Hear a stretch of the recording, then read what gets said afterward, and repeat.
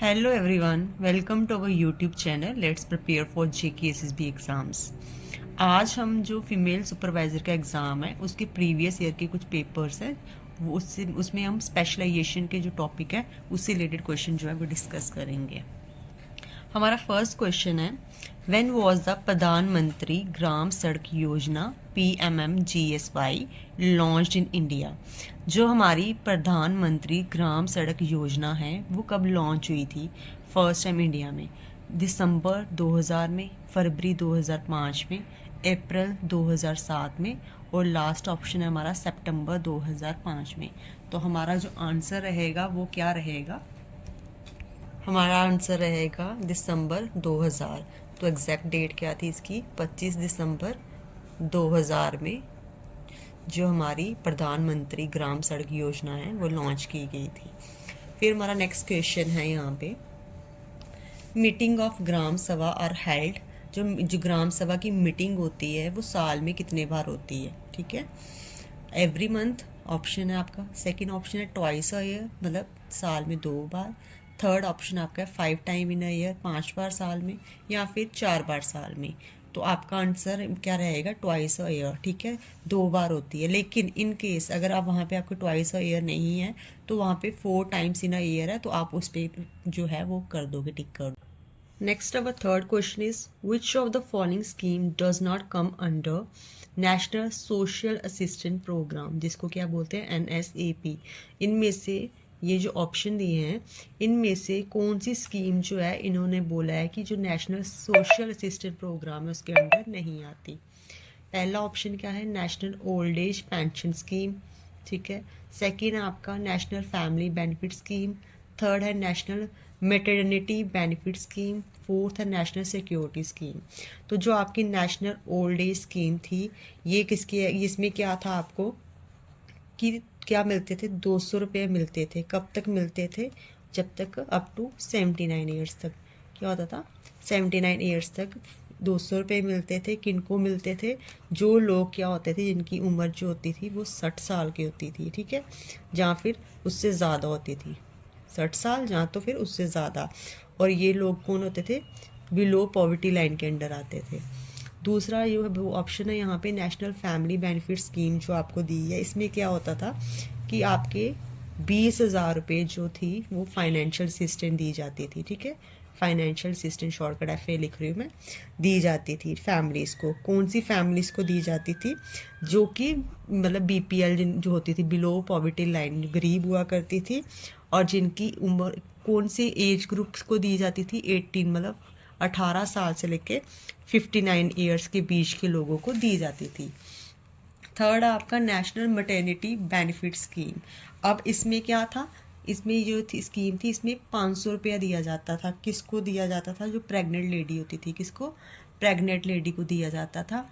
अब कब दिया जाता था और क्यों दिया जाता था? उसको दिया जाता था ताकि, और जो ये जो औरतें होती थी गरीब फैमिली से बिलोंग करती थी, और इनको जो इनकी प्रीनेटल होती है ना, एक प्रीनेटल मैटरनिटी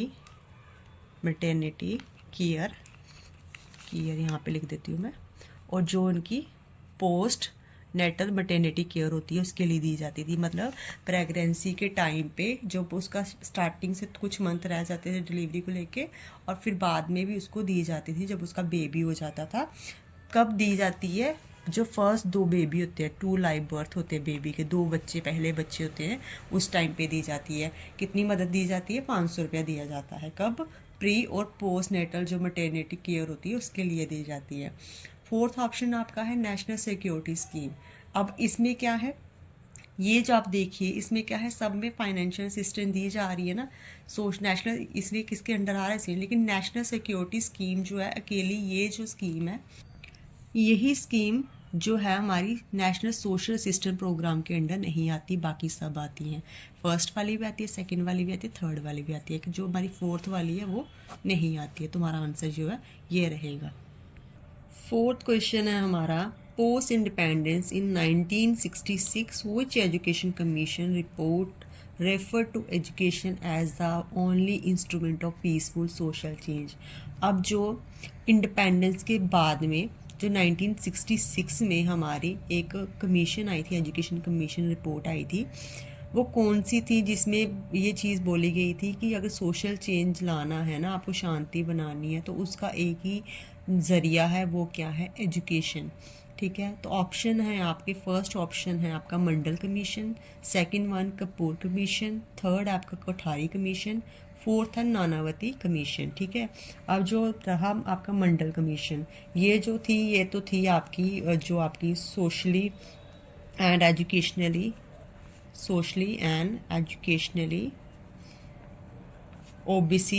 ओबीसी को लेके थी, मतलब वो जो होती है आपकी ये बैकवर्ड क्लासेस को लेके थी मंडल कमीशन, और ये इस्टेब्लिश हुई थी आपके 1979 में आपकी इस्टेब्लिश की थी। और अगर आपको पूछा जाता है कि मंडल कमीशन किसने इस्टेब्लिश की है, तो आपके मोरेजी देसाई जी ने जो है ना, मोरेजी देसाई जो थे उन्होंने इस्टेब्लिश की थी। और जो थी कपूर कमीशन, ये तो सबको पता है, ये महात्मा गांधी जो थे उनके मर्डर केस से रिलेटेड थी, महात्मा गांधी के मर्डर केस से रिलेटेड थी ये। ठीक है, उनके मर्डर को लेके इंक्वायरी जो हुई थी उसके ऊपर बेस थी ये। ठीक है, फिर कोठारी कमीशन जो थी, ये कौन सी थी, कोठारी कमीशन में किसकी बात की गई थी, इसमें एजुकेशन की बात की गई थी, किसकी, और ये कब फॉर्म हुई थी आपकी, 14 जुलाई 1946 में, 1964 सॉरी, ये आपकी हुई थी कोठारी कमीशन 14 जुलाई 1964 में आपकी ये जो थी फॉर्म की गई थी। और इसका एम क्या था, इंक्रीज़ करना है रियल एजुकेशन को। और जो नानावती कमीशन थी आपकी, इसमें क्या था आपका नानावती कमीशन में, ये जो आपके जीटी नानावती थे, जो एक सुप्रीम कोर्ट के रिटायर्ड जज थे, उन्होंने ये कमीशन जो थी चलाई थी। और ये किसको लेके थी, मतलब जो किलिंग ऑफ इनोसेंट सिख थे, जो 1984 में आपके जो सिख लोग जो थे मारे गए थे, उनको लेके उनकी इंक्वायरी बिठाई गई थी रीज़न वगैरह जानने के लिए, तो उस टाइम पे उन्होंने ली थी। तो यहाँ पे आपने देख लिया ये बैकवर्ड क्लास को लेके है, ये किसी महात्मा गांधी जी के उनके मर्डर से रिलेटेड है। ये कोठारी कमीशन ही एक ऐसा आंसर है। यहाँ पे किसकी बात की गई थी कि इसमें क्या हुआ था कि बच्चों को एजुकेशन कैसे अच्छे से अच्छे एजुकेशन दी जाए, कौन कौन से ज़रिए हैं, कौन कौन से सोर्स इसमें थे, इंक्वायरी इसमें चली थी और इसमें बात हुई थी फ्री एंड कंपल्सरी एजुकेशन की बात हुई थी। तो हमारा आंसर क्या रहेगा, Kothari commission. Our fifth question is, which institution was established in 1990 in India to deal with cases related to the violation of women rights? अब 1990 में जो कौन सी इंडिया में ऐसी इंस्टीट्यूशन इस्टेब्लिश किया गया था जिसमें वुमेन राइट्स की बात हुई थी। तो आपका national corporation for women, second है national company for women, third है आपका national commission for women, fourth option आपका रहेगा national conglomerate of for women. अब इसका जो आंसर रहेगा वो आपका राइट आंसर रहेगा नेशनल कमीशन फॉर वुमेन। अब ये जो थी ना आपकी national commission for women act आया था आपका 1919 में। ठीक है, इसमें क्या था, ये ना सभी देश में जो था वो क्या हो गया था, इसके मतलब इसकी चल पड़ा था, एक्सटेंड हो गया था, एक किसको छोड़ के, एक JNK को छोड़ के। ठीक है, बाकी सब जगह पे ये जो है एक्सटेंड किया गया था। फिर उसके बाद आपकी आती है the 10 fundamental duties were added to the Indian constitution in the year. अब जो 10 फंडामेंटल ड्यूटीज हैं वो कौन से साल में इंडियन कॉन्स्टिट्यूशन में ऐड की गई थी। पहला ऑप्शन आपका 1950, फिर आपका है 1967, फिर है 1970, फिर है 1976। तो ये इसका आंसर रहेगा जो आपका 1976 में 42nd अमेंडमेंट एक्ट आया था ना, आपका अमेंडमेंट एक्ट आया था आपका 1976 में, उसमें क्या हुआ था, आपके जो 10 फंडामेंटल ड्यूटीज हैं वो ऐड की गई थी। सेवेंथ क्वेश्चन आपका रहेगा, which of the following is not a form of untouchability. अब इसमें से कौन सी जो है वो अशुद्धता की बात नहीं होती है। ठीक है, पहला ऑप्शन है school does not allow admission to a child who is an SC। एक स्कूल है जो बच्चे को, जो एक बच्चा है जो SC क्लास मतलब कास्ट से बिलोंग करता है उसको एडमिशन नहीं दे रहा है, ये क्या मतलब अनटचेबिलिटी की बात है। इसलिए उन्होंने बोला कहाँ पे अनटचेबिलिटी की बात यहाँ पे नहीं है, ये अनटचेबिलिटी नहीं है। तो अगर किसी बच्चे को उसकी कास्ट को लेके एडमिशन नहीं दे रहे तो वहाँ पे अनटचेबिलिटी की बात हो रही है। सेकंड ऑप्शन आपका ये तो नहीं रहेगा हमारा, SC not allowed to drink water from the same community well used by the upper caste. पहले होता था ना कि जो एससी क्लास के लोग होते थे उनको मना किया जाता था कि अपर कास्ट वाले लोग जो थे वो अपने जो उनका कुआं आता था वहाँ से पानी नहीं पीने देते थे। तो ये भी एक तरह से कहाँ किसकी बात हो रही है, अनटचेबिलिटी की। तो ये भी ऑप्शन जो है ये ऑप्शन रहेगा अनटचेबिलिटी वाला, ये तो है। फिर SC person not allowed to share the same seat as an upper caste person while travelling in a bus. अब एससी कास्ट के लोगों को सेम जगह नहीं मिलेगी जैसे दूसरे कास्ट के लोगों को मिलती है बैठने के लिए ट्रैवलिंग के टाइम पे बस में। तो यहाँ पे भी अनटचेबिलिटी की बात हो रही है। इन्होंने बोला किस में नहीं हो रही है अनटचेबिलिटी की बात, किस में जो है वो नहीं हो रही है, नॉट बोला है इन्होंने। तो फ्रेंड्स ऑफ एससी ग्रूम और not allowed to have drink in his marriage, मतलब इन्होंने बोला है कि एससी कास्ट का एक बंदा है, उसका जो फ्रेंड है मतलब दूल्हा है, उसके फ्रेंड को अलो नहीं किया जा रहा कि वो क्या करे, ड्रिंक करे शादी में, ठीक है, खुद की शादी में ड्रिंक करे। तो यहाँ पे ये ऑप्शन जो है ये रहेगा कि यहाँ पे नहीं, मतलब ये जो है ये टचबिलिटी मतलब जो अनटचबिलिटी की बात इसमें नहीं हो रही है। फंडामेंटल राइट्स पढ़े हैं आपने या आपने ड्यूटीज पढ़ी हुई हैं, तो उसमें क्या है कि आपको इजी से क्वेश्चन नहीं आ जाएंगे, आपको क्वेश्चन घुमा फिरा के आएंगे, आपको राइट आंसर देना है। और आज हम सिर्फ स्पेशलाइजेशन का डिस्कस कर रहे हैं, ऐसे ही हम साइंस का करेंगे, साइंस के सेक्शन करेंगे, फिर हम उसकी सोशियोलॉजी की करेंगे डिस्कस, सीक्वेंस वाइज करेंगे, अदरवाइज मिक्स कर देंगे तो फिर बच्चे कुछ कंफ्यूज हो जाते हैं। फिर नेक्स्ट क्वेश्चन आपका, right to life and liberty is an example of. जो राइट टू लाइफ और लिबर्टी है ये किसकी एग्जाम्पल है, जस्टिकेबल राइट की है, नॉन जस्टिकेबल राइट्स की है, economic social and cultural rights की है, या फिर सोशो कल्चरल राइट की है। तो आपको पता है कि कौन सी है, राइट टू लाइफ और लिबर्टी को कौन से राइट है हमारे, फंडामेंटल राइट्स। तो फंडामेंटल राइट्स कौन से राइट हमारे, जो हमारे जस्टिकेबल राइट्स हैं, ठीक है, फंडामेंटल राइट्स जो हमारे जस्टिकेबल राइट्स है, इसका ऑप्शन क्या रहेगा, जस्टिकेबल rights.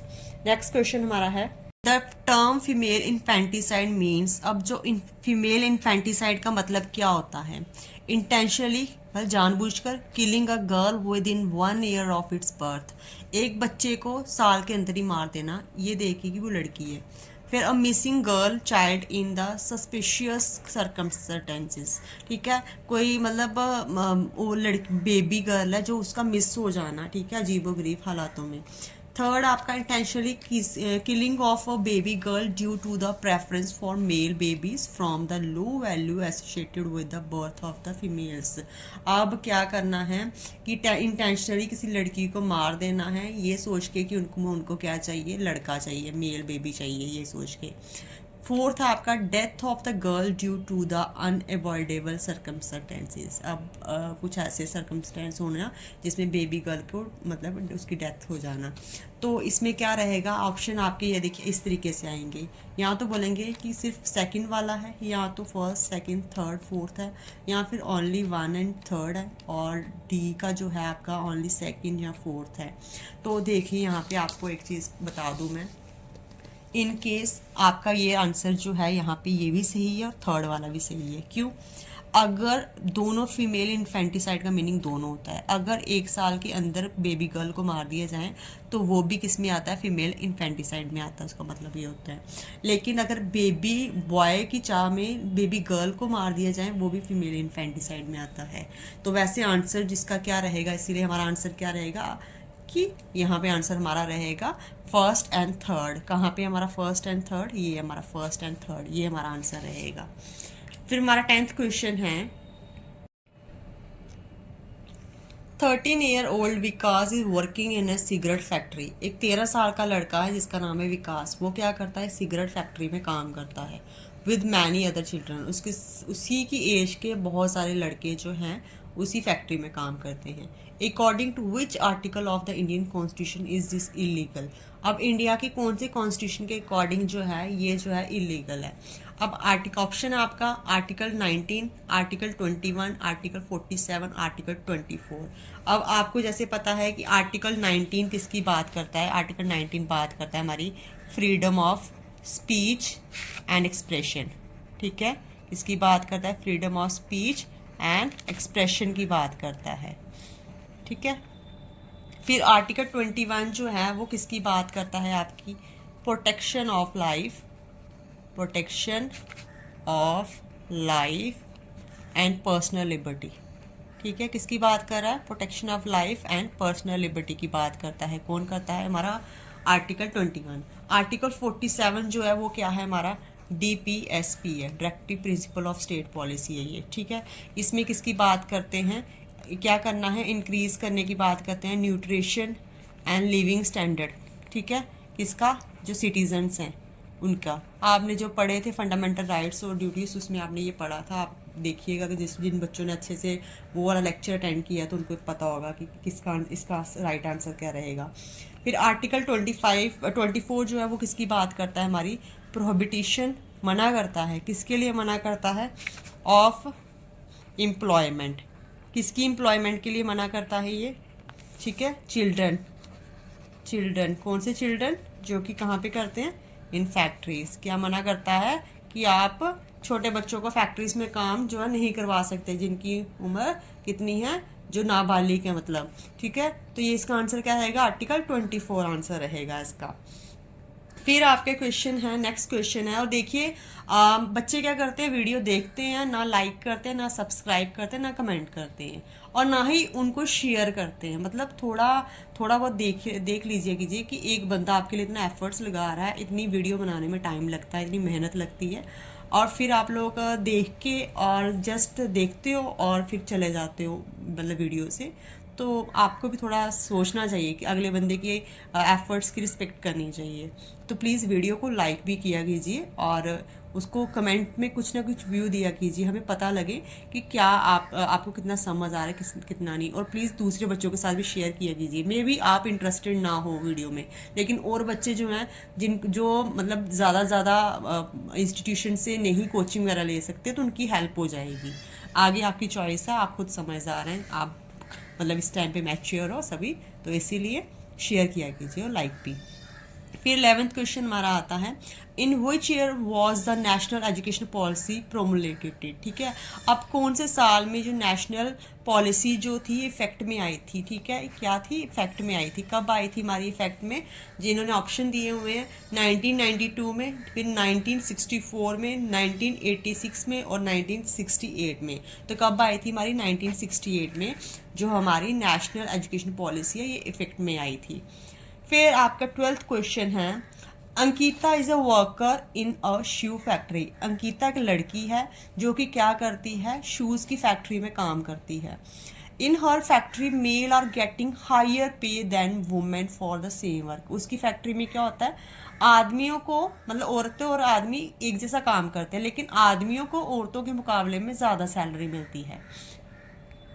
And the same position, औरतें और आदमी सेम काम कर रहे हैं, सेम पोजीशन पे है, लेकिन सैलरी किसको मिल रही है, मेल जो है उनको ज़्यादा मिल रही है। इन्होंने बोला विच article of the fundamental rights is neglected in this scenario. अब ऐसे में कौन सा फंडामेंटल राइट है जो उनको नहीं मिल रहा है औरतों को। ऑप्शन आपका रहेगा ऑप्शन आर्टिकल 39, फिर आर्टिकल 50 और आर्टिकल 39D और आर्टिकल 41। हमने आर्टिकल्स पढ़े थे, उसमें हमने ये पढ़ा था, आपने अगर आपको पता होगा, और वुमेन राइट्स जो पढ़ा था उसमें भी ये आर्टिकल आपको बताए गए थे। तो इसका आंसर क्या रहेगा, आर्टिकल 39D जो कि आपका क्या है, DSPS, ठीक है, directive principle of state policy, sorry DPSP। इसका आंसर क्या रहेगा, जो directive principle of state policy जो कि आपकी किसकी बात करती है, equal pay for equal work की बात करती है, equal pay for equal work, ठीक है भाई। अगर बराबर काम कर रहे हैं आदमी और औरतें तो उनको क्या है, सैलरी भी बराबर ही मिलनी चाहिए। देन फिर आपका 13 क्वेश्चन है, which of the following is not an objective of national plan of action exclusively for the girl child 1991 to 2000। अब इन्होंने बोला है इनमें से कौन सा है ऑब्जेक्टिव जो है वो नेशनल प्लान ऑफ एक्शन जो है एक्सक्लूसिव फॉर गर्ल चाइल्ड जो 1991 से लेकर 2000 के बीच आया था, उसका ऑब्जेक्टिव नहीं है। पहला कौन सा ऑप्शन यहाँ पे, and gender disparity in infant morality rate. दूसरा है ban the practice of the amniocentesis for sex determination. Third है आपका provide safe drinking water and ensure access of fodder and drinking water. फिर डी है आपका reduce death rate due to diarrhoea by the 50% among girl under the 1 year, ठीक है।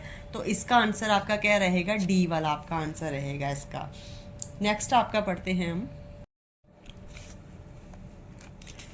14 question है आपका, social work is concern with which of the following branches of the public administration. भाई social work जो है वो कौन से पब्लिक एडमिनिस्ट्रेशन की ब्रांच है, किसके साथ कंसर्न करता है? Your first option is financial administration, second one is social welfare administration, third one is administration law and fourth option is personal administration. तो इसका आंसर क्या रहेगा? Social welfare administration. फिर under which article of the constitution of India is state directed to provide maternity leave to the female worker. भाई Indian constitution का कौन सा articles है इंडियन कॉन्स्टिट्यूशन का जो कि बात करता है स्टेट को क्या बोलता है कि कोई भी स्टेट है उसको क्या करना है, मैटरनिटी लीव देनी है किसको? फीमेल वर्कर को। ठीक है, मैटरनिटी लीव क्या होती है? जो आपका जब आप प्रेग्नेंट होते हैं, जो आपकी डिलीवरी के बाद में मिलती है, वो आपको लीव देनी है। उसके बाद में कौन बात करता है आपका? तो आपका ऑप्शन यहाँ पे दिए गए हैं। आर्टिकल 14 है एक, फिर आर्टिकल 42 है, आर्टिकल 15 है, देन आपका आर्टिकल 51A है। अब जैसे आर्टिकल 14 है, ये आप सबको पता है, इसमें क्या है? इक्वेलिटी बिफोर लॉ, मतलब लॉ की नज़र में सब एक जैसे हैं। ठीक है, क्या होगा? कोई भी अगर डिसीजन लिया जाएगा तो कानून क्या करेगा? सबको बराबर देख के करेगा। आर्टिकल 42 इसमें क्या है आपका? ये इंश्योर करता है, क्या इंश्योर करता है आपको? Human work conditions. क्या करता है? इंश्योर करता है ह्यूमन वर्क कंडीशंस। और क्या करता है आपको? प्रोवाइड करता है। क्या प्रोवाइड करता है? For maternity leave. ठीक है, क्या होता है? मैटरनिटी लीव की बात होती है इसमें। फिर आर्टिकल 15 इसमें क्या है? Prohibition of discrimination. भाई किसी के साथ भी आप भेदभाव नहीं कर सकते। ठीक है, कास्ट को लेके, उसकी कलर को लेके, क्रीड को लेके, सेक्स को लेके, लड़का लड़की नहीं कर सकते। आर्टिकल 51A इसमें क्या है? इसमें रिस्पेक्ट की बात होती है किसकी? नेशनल फ्लैग और आपका नेशनल एंथम। कौन सा? नेशनल फ्लैग और नेशनल एंथम।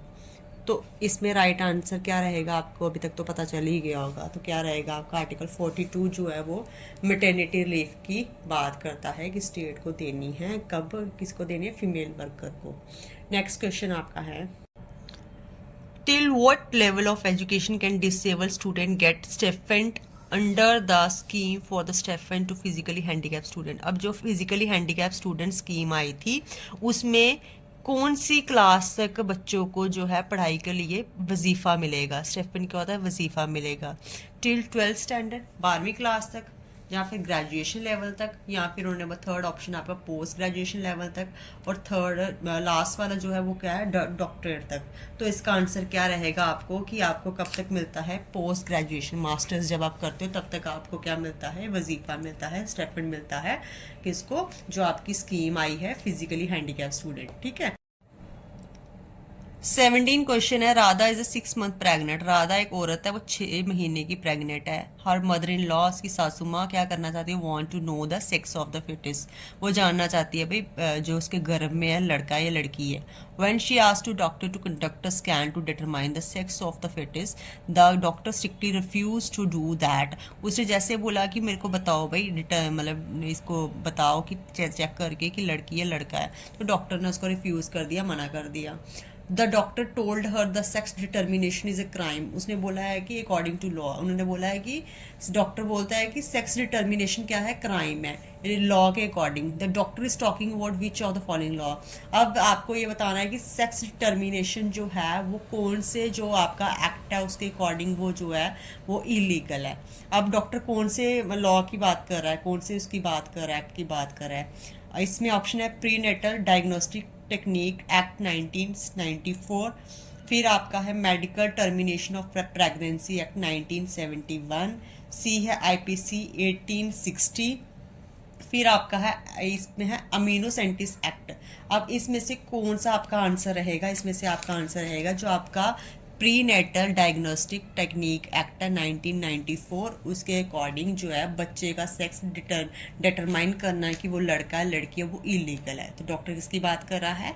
जो उसका prenatal diagnostic technique act है उसकी बात कर रहा है कि उसके अकॉर्डिंग ये इलीगल है। ठीक है, नेक्स्ट क्वेश्चन आपका है, your 18 question is Shraddha is an 8-year-old girl. Shraddha जो है 8 साल की बच्ची है, but her parents are not able to send her school due to poor economic condition. भाई उसके पेरेंट्स जो है वो गरीब है, इसी वजह से वो बच्ची को स्कूल नहीं भेज पा रहे।